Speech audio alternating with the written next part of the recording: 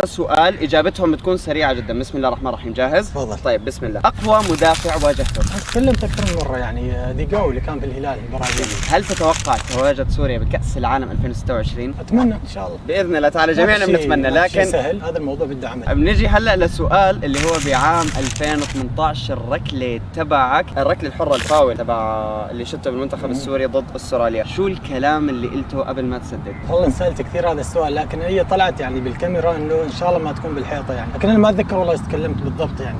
ايش كنت اقول ما من الادرينالين اللي كان موجود؟ يمكن والله، لانه انا كنت اتكلم انا والشباب قبل بليل انه ممكن النتيجه تكون 2-1 ويجيني فاول اشوطها من تحت الحيطه حتى. يا الله. كنت اكلم الشباب بالغرفه يعني، كنت هيك متخيل السيناريو، فلما اجت يعني خنقتني العبره بهذيك اللحظه وما اعرف ايش تكلمت والله، لكن طالع على الكاميرا انه ان شاء الله ما تكون بالحيطه. طيب بقدر اني اوصف اللحظه هي باكثر لحظه توتر عشتها مسيرتك؟ مو توتر بقدر ما انه قلت لك انه انا كنت قبل بيوم كنت عايش السيناريو يعني، فلما اجتني يعني واخر الدقائق فهذا اللي اكثر شيء اللي، لكن توتر شوف بالملعب ما في توتر يعني، التوتر لما لاعب يكون طالع جديد، لا يكون طالع لاعب جديد على الفريق الاول، لكن صار لي فتره طويله يعني بالملاعب، من 2006 لعبت فريق اول، نعم ب 2006 لما رحت بالفتوه كانت اول مباراه اللي ضد حطين نزلت بديل، اوكي كنت متوتر قدام الجمهور، لكن المرحله هاي تعديتها يعني. جميل. طيب افضل موهبه سوريه صاعده حاليا بالمنتخب؟ طبعا المنتخب السوري حاليا بالجهاز الفني اللي نقدر نسميه الجديد استقطب مواهب جدا كثيره، انت مدحت لي خلينا نقول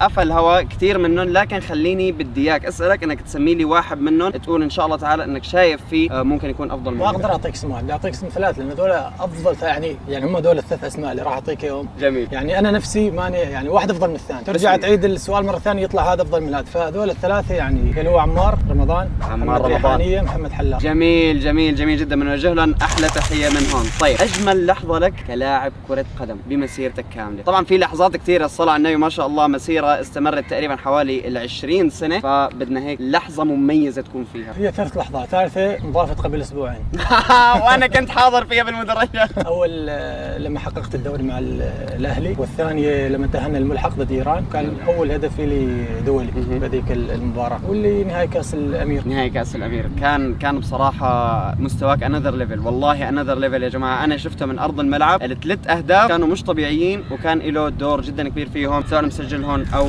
له دور فيهم. على العموم هيك بنكون خلصنا الاسئله تبعنا، وحننتقل هلا